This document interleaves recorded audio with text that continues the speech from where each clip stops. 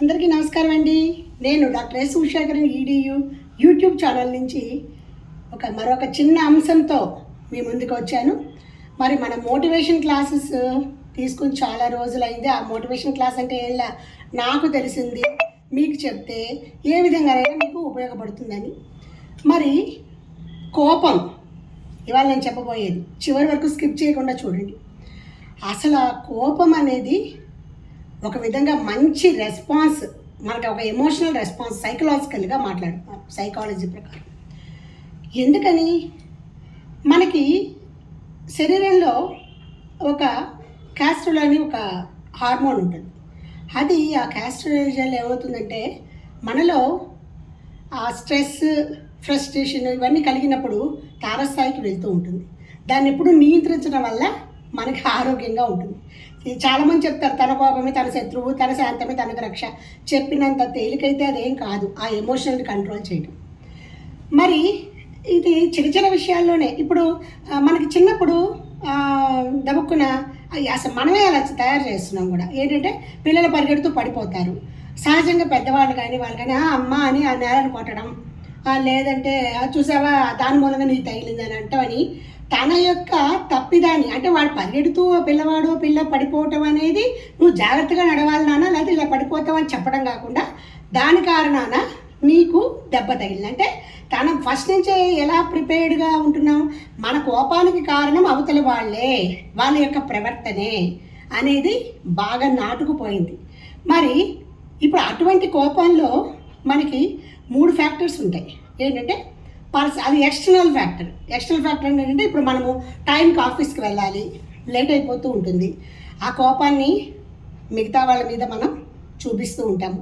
అదే టైంలో కనుక మన పెళ్ళో వచ్చి నాకు రేపు ఫలానా ఎగ్జామ్ ఉంది, ఆ ఎగ్జామ్ సంబంధించినటువంటి ఆ ప్రాజెక్టు సంబంధించినటువంటి మెటీరియల్ కావాలి అంటే మళ్ళీ ఇంటర్నల్గా కూడా మనం బేరీజ్ అంటే బ్యాలెన్స్ చేసుకోలేము. నథింగ్ బట్ అసలు బ్యాలెన్స్ చేసుకోలేకపోవడమే కోపానికి కారణం. నెక్స్ట్ది స్ట్రెస్, ప్రొఫెషనలిజం. ఆ స్ట్రెస్ ఆఫీసులో కానీ లేదా మనం చేసే కార్యాలయాల్లో కానీ ఏ పనిలోనైనా కూడా ఆ స్ట్రెస్ని మనము, ఆ ఫ్రస్ట్రేషన్ని మనము కోపంగా తీసుకుంటూ ఉంటాం.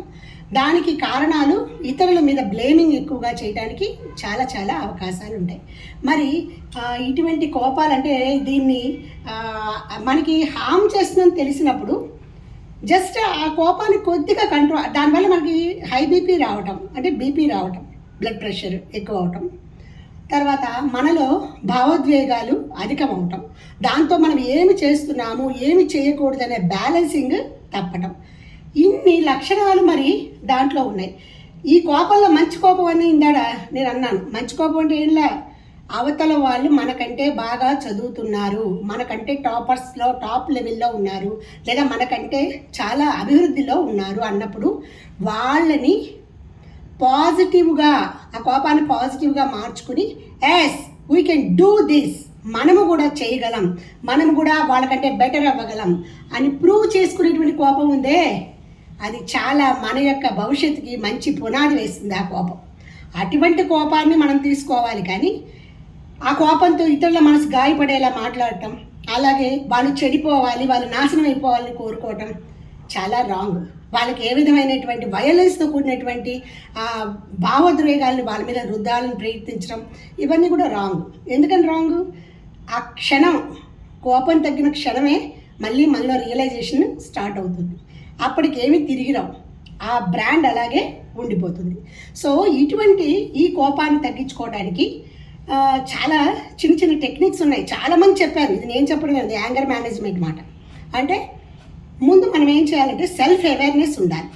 అంటే ఇప్పుడు మనం దేనివల్ల కోపం వస్తుంది అనేది ఒక్కసారి మనం నిదానంగా ఆలోచించాలి. రెండోది, మనము డీప్ బ్రీదింగ్లోకి వెళ్ళాలి. 1 నిమిషమే ఇవన్నీ. తర్వాత 10 వరకు కౌంట్ చేయడం అనేది అందరూ చెప్తూనే ఉంటారు, స్లోగా కళ్ళు మూసుకుని కౌంట్ చేయడం. అది కూడా దాటిపోయాం ఇప్పుడు మన ఆ స్టేజ్ కూడా. సో నేను ఒక చిన్నది చెప్తాను. ఏంటంటే నేను కూడా ఎక్కడో చదివి మీకు చెప్పేది. మనకి ట్రాఫిక్ సిగ్నల్స్ 3 లైట్లు ఉంటాయి, రెడ్, ఎల్లో, గ్రీన్. వాటి గురించి మీకు బాగా తెలుసు. ఈ కోపం వచ్చినప్పుడు మనము రెడ్ లైట్లో ఆగిపోయినప్పుడు ఆ క్షణం అక్కడ మనము ఆగాలి. కోపం వచ్చింది, ఆగాలి. ఎల్లో. ఆ కోపము దేనివల్ల వచ్చింది, దాని యొక్క ఫ్యాక్టర్స్ ఏంటి, ఏ ఏ కారణాల వల్ల నేను ఇలాగా కోపంగా నాలో నేనే మనం శిక్షించుకుంటూ ఉంటాం కొంతమంది కోపంలో. అట్లా మనము చేసుకోకుండా ఎందుకు కోపం వచ్చింది, దాని కారణాలు నెమ్మదిగా వెతుక్కుంటూ ఉండటం. ఇంకా గ్రీన్ లైట్, మనకున్న స్ట్రెస్, అలాగే ఇంకా హార్ట్ బీట్ ఎక్కువ అవటం, అట్లాగే వాళ్ళ యొక్క ఆలోచనల నుంచి మనము బయటికి వచ్చేసే ప్రయత్నాలు, ఇవన్నీ కూడా మనము చెయ్యాలి. అంటే కూల్గా ఉండాలి. నేను మళ్ళీ చెప్తున్నా, చెప్పడం తేలిక, ఇదంతా ప్రాక్టీస్ మీదే వస్తుంది. అలాగే డీవియేట్ అవ్వాలి. ఏదైనా మంచి పజిల్స్, ఎప్పుడు ఇది యాంగర్ అనేది ఏంటంటే బాహ్యంగా వచ్చేటువంటి ఒక ఎమోషనల్ కదా, అది అంతరంగా ఉన్నటువంటి, అంటే మెంటల్, బాహ్యంగా అంటే ఫిజికల్ ఎనర్జీ తగ్గిపోతుంది, దానివల్ల మెంటల్ ఎనర్జీ. ఇది బాహ్యంగా ఎప్పుడు వస్తుంది, ఆ కోపం వల్ల అందరినీ మనము మన ఫ్రస్ట్రేషన్ చూపించినందువల్ల వస్తుంది. మరి మెంటల్గా ఎలా వస్తుంది, మనం డిస్టర్బ్ అయిపోవటం.